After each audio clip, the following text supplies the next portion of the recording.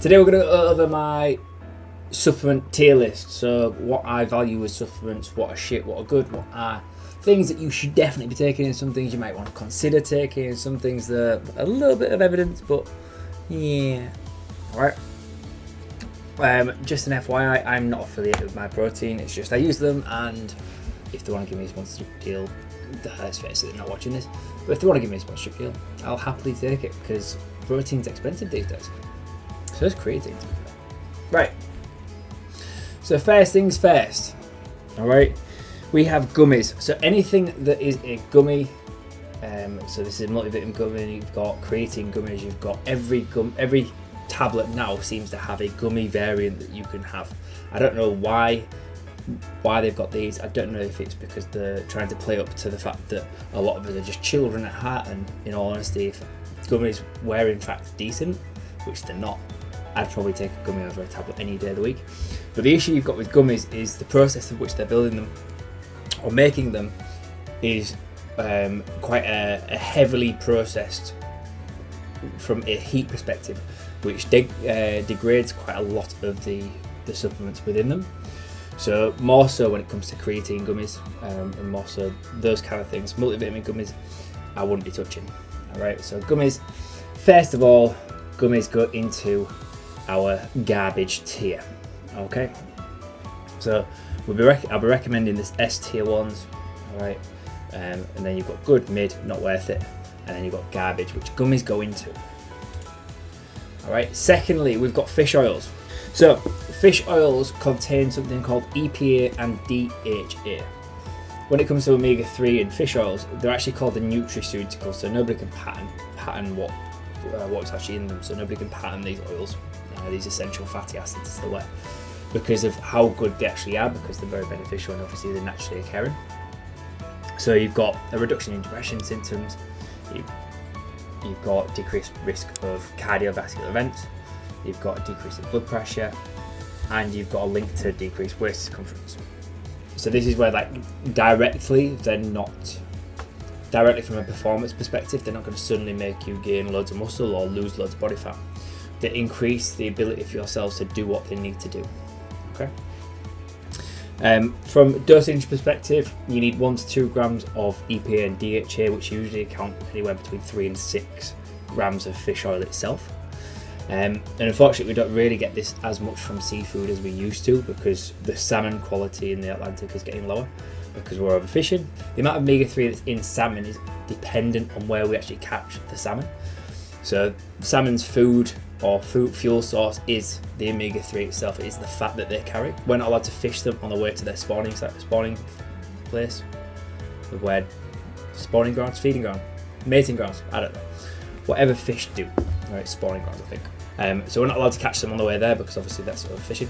So we catch them on the way back, and basically the further away from their spawning grounds that we catch them, the less omega-3 is actually in them. So a little fun fact for you. So not all salmon has omega-3 in it, because it depends where it is. So fish oils. Fish oils, S tier, top of the chain. Absolutely fucking brilliant. You should definitely recommend them. I recommend them to every single client I have. BCAAs, branch chain amino acids. Alright, and with some of these, I'm going to go into a little bit more detail with them. For this one, I'm not, because they are absolutely fucking garbage. As long as your protein intake throughout the day is adequate, you don't need these. Okay, branch chain amino acids, you've got valine, isoleucine, and leucine, and they are just found in every single good protein source. Okay, don't need to do this. Okay, and then when we get to essential amino acids, so these are the 9 essential amino acids that we need for us to build protein. Okay, so to spike muscle protein synthesis to an adequate amount and to actually build protein from it. For 99% of people, maybe 95% of people, these are absolutely garbage. We do not need them.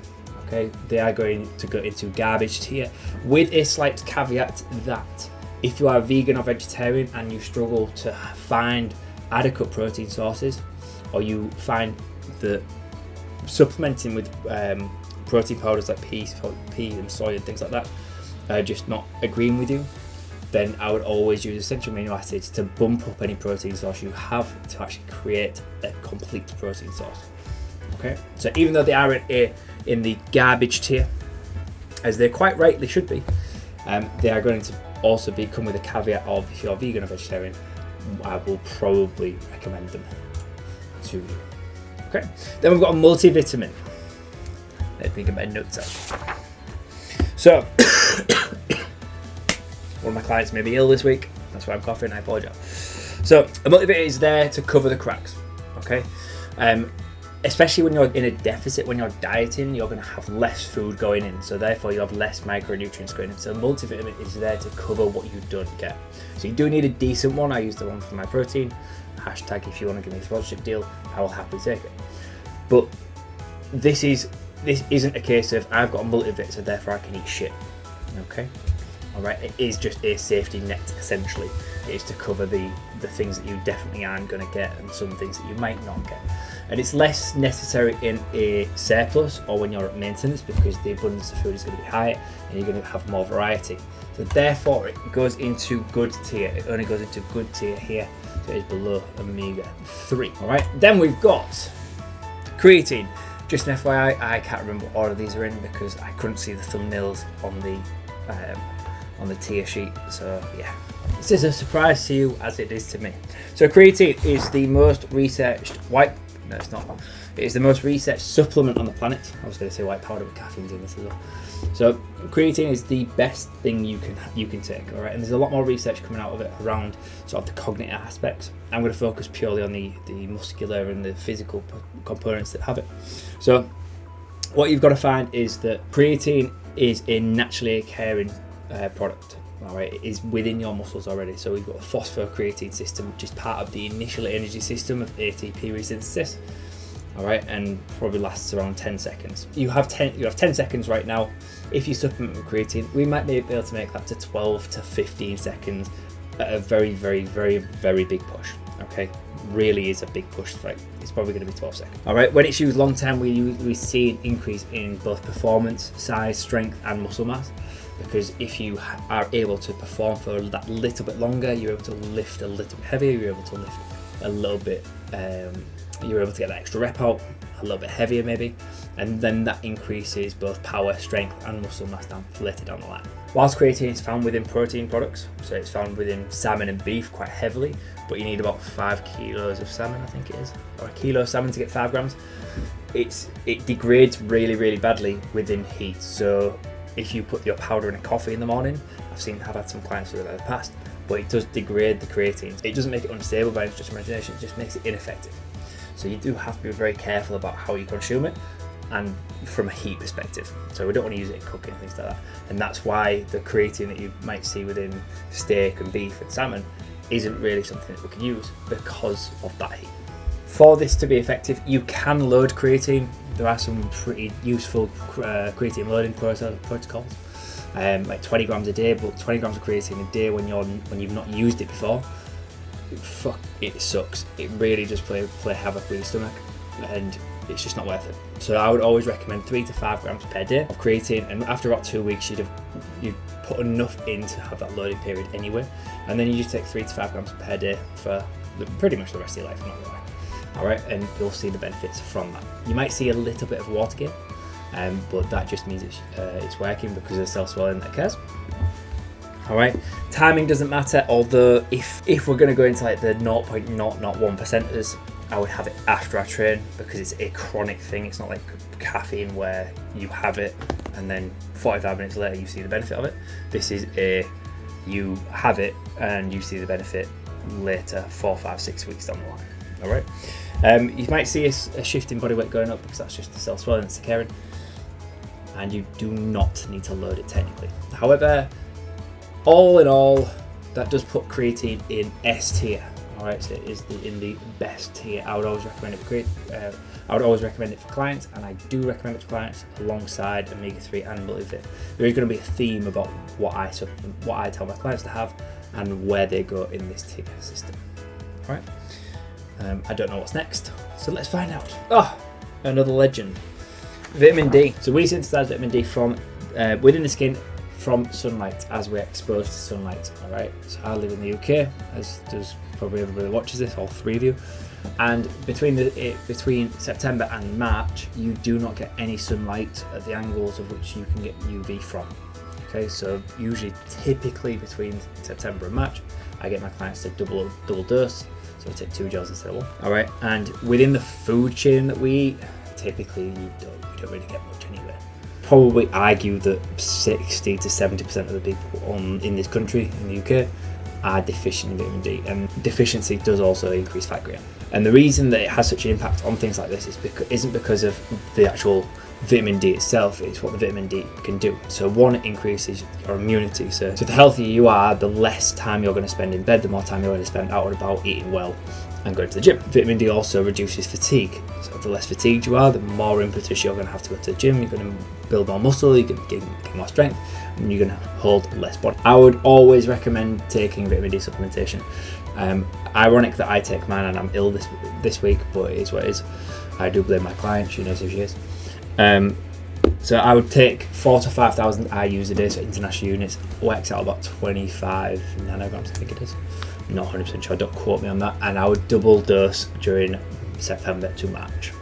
Okay, so as you probably guessed, because I've talked about it, it is going in the top 2 tiers. It is obviously going in top tier. So those 4 in the top 2 tiers now are the 4 that I blanket recommend for clients. All right, you can get them off My Protein, and I don't get a kickback, but you can use Top Cashback on. All right, so we are 8 down. We've got 4 in garbage and 4 useful ones. What have we got next? We've got caffeine next. So caffeine is the most widely used drug on the planet. All right, yes, it is a drug, and until 2004, it was actually banned by the Olympic Committee. So people had to be very careful about how much coffee they had. But then, obviously, since then, coffee and coffee shops have popped up everywhere. Everybody has much caffeine, and everybody loses sleep because of it, and also everybody overdoses on caffeine, and that's probably why.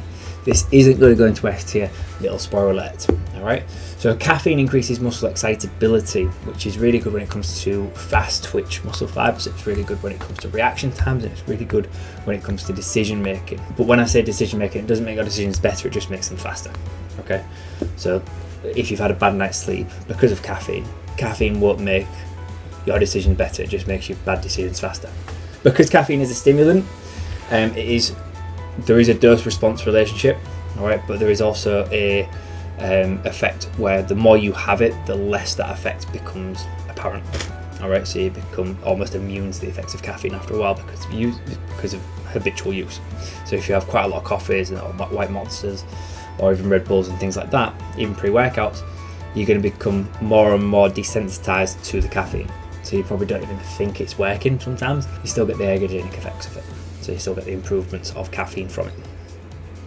So increases performance by increasing muscle excitability, like I said. It spares carbohydrates. So later down the line in your session, you've got more carbohydrates and more energy, so higher intensity that you can work out. And obviously these lead to increased performance, increased muscle mass, increased strength, increased power, and later on down the line, increased muscle mass. Basically, it's really, really, really good when it comes to performance. It's the most commonly used supplement by anybody in any sport ever. There is just one caveat. Caffeine has a half-life of 6 hours. So if you have something like a caffeine tablet, like on the screen, you have 200 milligrams of caffeine. 6 hours later, you've still got 100 milligrams in your system. That is enough to keep you awake.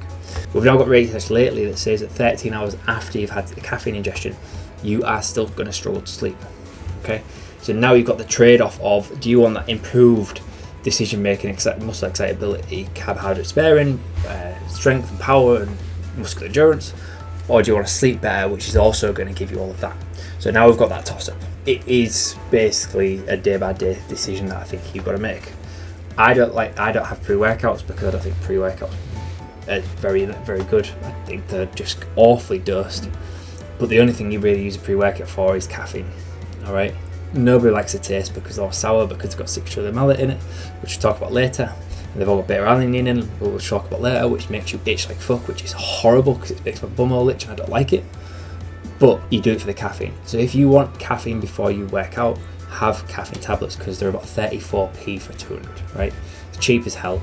You're not paying 30 quid for some pre-workout that's got 37. If you're going to take an effective dose of caffeine, you take between 2 and 6 milligrams per kilo of body weight. So if you're 100 kilos, you take 200 to 600 milligrams. I would definitely start on the lower dose, especially if you're not used to caffeine.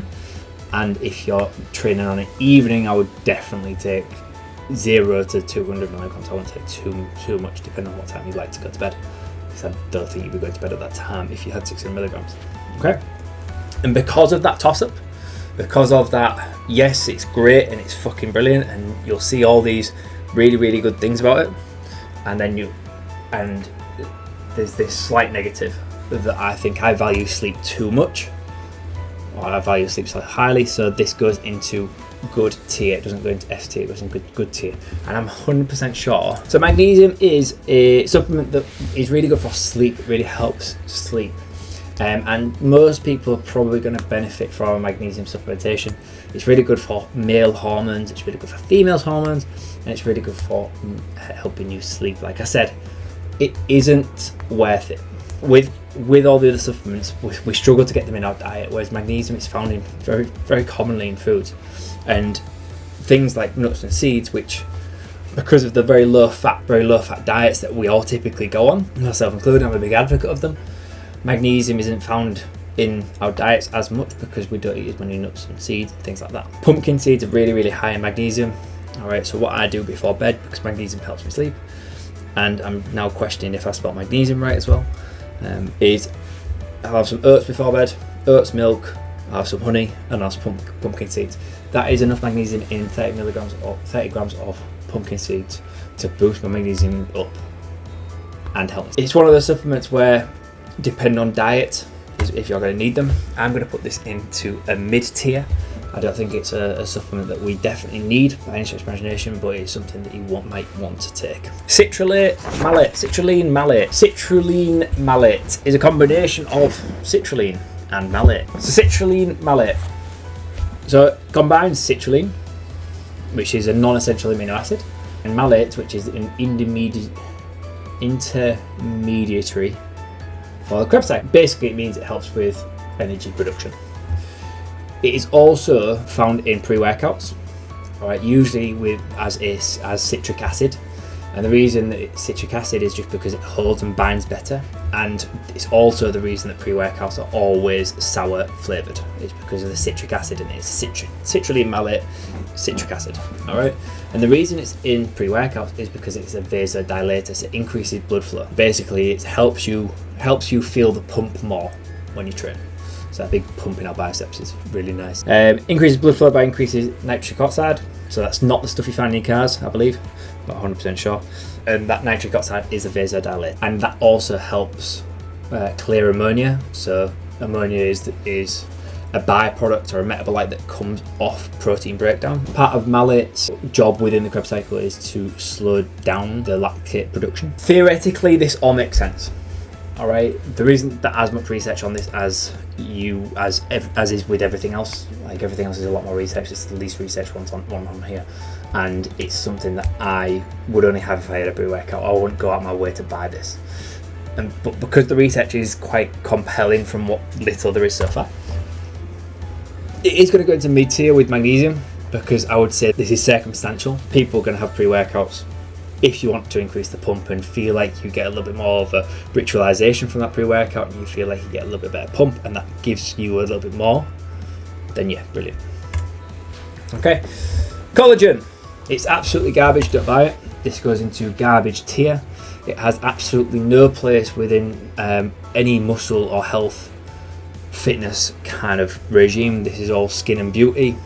Go and crack on. It's absolutely garbage when it comes to muscle. There is less than 5% of all your muscles are made up of collagen. Ashwagandha.